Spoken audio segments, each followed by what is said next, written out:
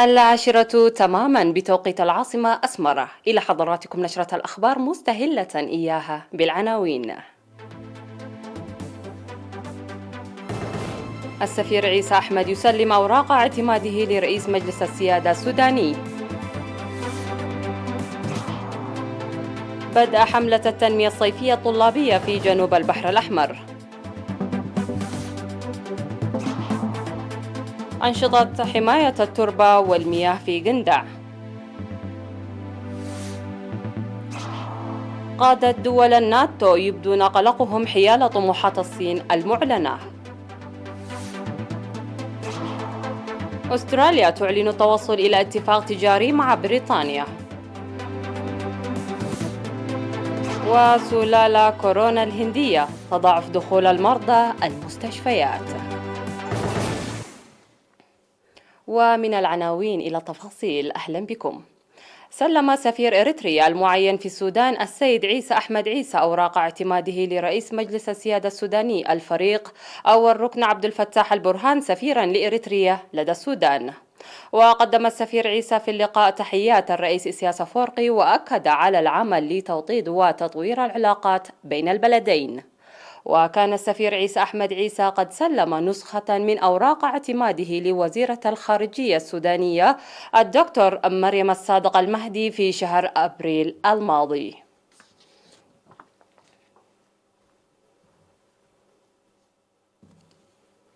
إعلان وزارة الصحة. أعلنت وزارة الصحة أن الفحوصات المخبرية التي أجريت اليوم 15 من يونيو في مراكز العزل بأقاليم شمال البحر الأحمر والجنوبي وجنوب البحر الأحمر والأوسط والقاش بركة أظهرت إصابة 31 مواطن بفيروس كورونا. وظهرت 10 من الإصابات في أقليم شمال البحر الأحمر، 6 منها في مصوح و4 في حرقيقو و9 في الأقليم الجنوبي، 5 في مندفرة و3 في صنعفة و1 في دقمحرة و6 إصابات في وادي بأقليم جنوب البحر الأحمر و4 في أسمرة بالأقليم الأوسط وإصابتان في قرمايكا بأقليم القشبركة. في غضون ذلك شفي 66 مرضى كورونا، 34 من الأقليم الأوسط و17 من أقليم القاشبركة و9 من الأقليم الجنوبي و6 من أقليم عنسبة، ووفاة امرأة من الأقليم الجنوبي تبلغ من العمر 50 عاما.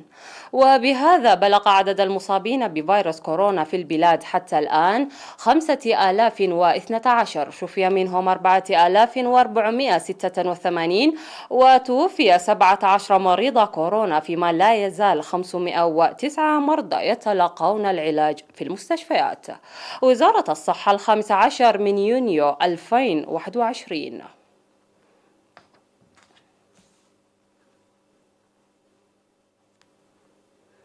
بدأت في أقليم جنوب البحر الأحمر حملة التنمية الصيفية لطلاب المرحلة الثانوية التي تنفذ سنويا بعد انتهاء العام الدراسي الأكاديمي. وأوضح مسؤول التعليم في الأقليم السيد حقوس أدحنة أن الهدف من البرنامج هو ترسيخ ثقافة العمل لدى الطلاب والمساهمة في برامج التنمية. وقد نفذت في السنوات الماضية أعمالا مشهودة لتشجير وحماية التربة وحفظ المياه.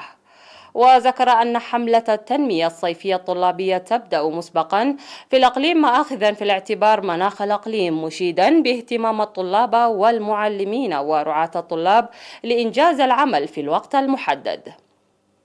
وقال منسق العمل الصيفي الطلابي في وزارة التعليم الأستاذ برهان جرزجيهير إن 300 طالب من مدرسة ولد أب ولد مريم يشارك في الحملة هذه السنة.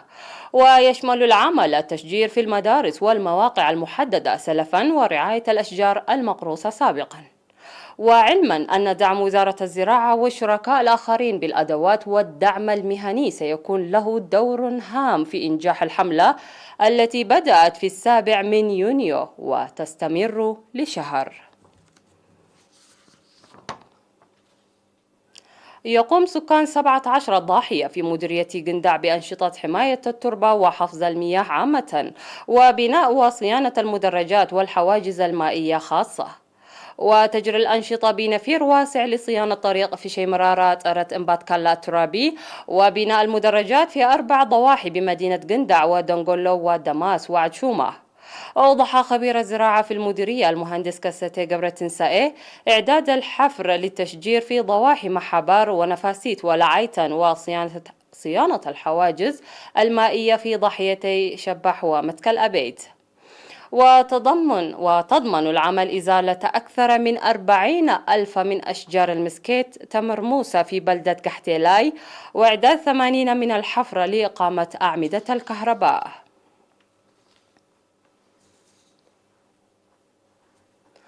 نظمت مديرية عد قيح مسيرة إلى مواقع الأبطال التاريخية بمناسبة 20 من يونيو يوم شهداء إريتريا، وسارت المسيرة يوم 12 من يونيو إلى الدفاعات عدي وقراو وأبا سلامة. وقدم المناضلون الذين رابطوا في هذه المواقع عامي 1977 وعام 1978 المعارك الضارية التي خيضت لتحرير مدينة عد قيح.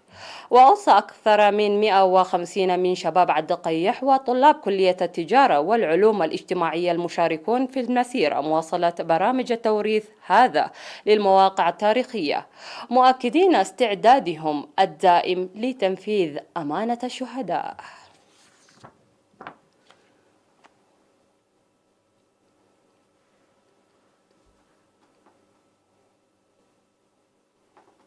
سيداتي سادتي، هذه كانت أخبارنا المحلية. فاصل قصير من ثم نعود لمتابعة الأنباء على الصعيد العالمي. ابقوا معنا.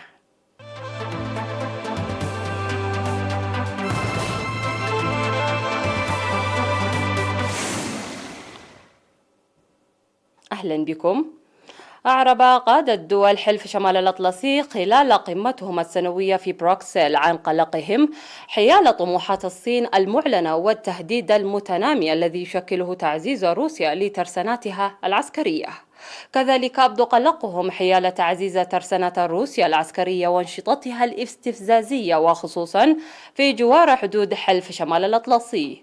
ويلتقي الرئيس الأمريكي جو بايدن الذي شارك الاثنين في أول قمة للحلف الأطلسي بعد انتخابه نظيره الروسي فلاديمير بوتين في جنيف في المرحلة الأخيرة من جولته الأوروبية التي شارك خلالها في قمة لمجموعة السبعة في بريطانيا. تلتها قمة لحلف الأطلسي تعقبها قمة مع روسيا مؤسسات الاتحاد الأوروبي الثلاثاء في بروكسل. وأطلق الحلفاء مراجعة للمفهوم الاستراتيجي للحلف الذي اعتمد العام 2010، وذلك لمواجهة التهديدات الجديدة في الفضاء والفضاء الإلكتروني.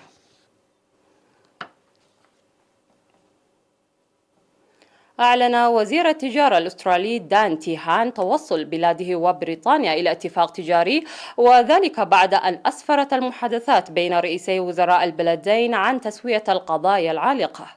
وقال تيهان إن رئيس الوزراء الأسترالي سكوت موريسون اجتمع مع نظيره البريطاني بوريس جونسون في لندن، وتوصل المسؤولان إلى حلول للقضايا العالقة الخاصة باتفاقية التجارة الحرة في لقاء وصفه بالإيجابي.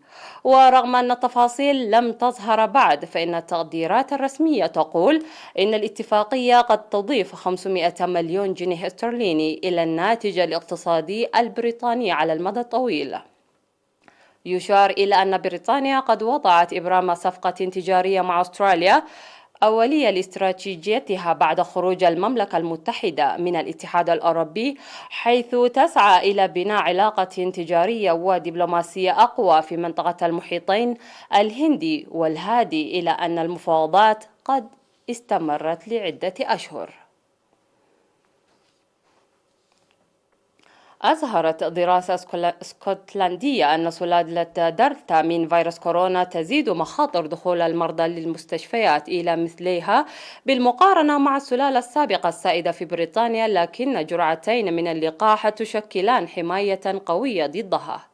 وقالت الدراسة أن الدلائل المبكرة أظهرت أن حماية اللقاحات من الإصابات بالسلالة دلتا التي اكتشفت لأول مرة في الهند قد تكون أقل فاعليتها ضد السلالة ألفا التي ظهرت لأول مرة في كانت بجنوب شرق إنجلترا.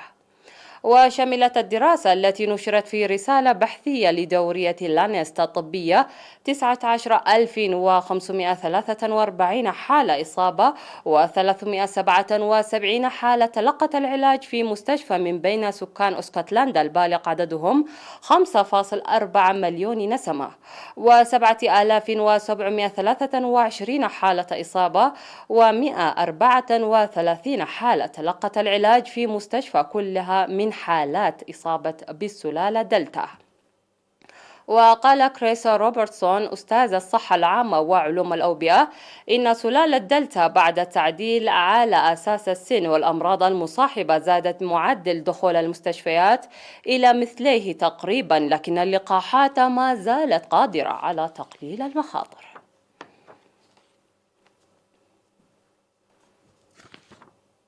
والخبر الأخير في هذه النشرة: تستعد الصين لإيفاد فريق يضم 3 رواد إلى محطتها الجاري بناؤها في الفضاء بعد أكثر من 4 سنوات على آخر مركبة مأهولة أرسلتها في أحدث خطوة من برنامج بكين الطموح لترسيخ مكانتها كقوة فضائية عالمية. وفيما الأجواء متوترة مع الغرب، يعتبر نجاح هذه المهمة مسألة مكانة لبكين، ومن المقرر أن ينطلق صاروخ لونغ مارتش 2F حاملا 3 رواد في المركبة الفضائية شينشو 12 من قاعدة في صحراء جوبي في شمال غرب الصين. وسيمضي الرواد 3 أشهر في محطة تينانغونغ، وهي أطول مهمة فضائية مأهولة للصين حتى الآن، ومن بين مهماتهم المتعددة السير في الفضاء.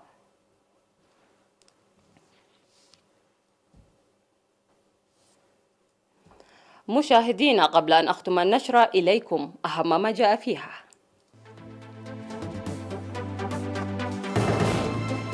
السفير عيسى أحمد يسلم أوراق اعتماده لرئيس مجلس السيادة السوداني.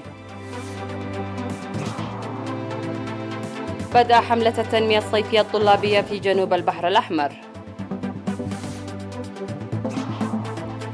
أنشطة حماية التربة والمياه في قندع. قادة دول الناتو يبدون قلقهم حيال طموحات الصين المعلنة. أستراليا تعلن التوصل إلى اتفاق تجاري مع بريطانيا. وسلالة كورونا الهندية تضاعف دخول المرضى إلى المستشفيات. أيها السادة المشاهدون، بهذا وصلنا وإياكم إلى ختام النشرة الإخبارية لهذا المساء. أشكركم على المتابعة. إلى اللقاء.